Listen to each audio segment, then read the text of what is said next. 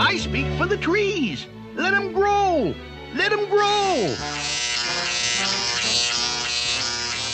But nobody listens too much, don't you know? I speak for the trees, and I'll yell and I'll shout for the fine things on earth that are on their way out.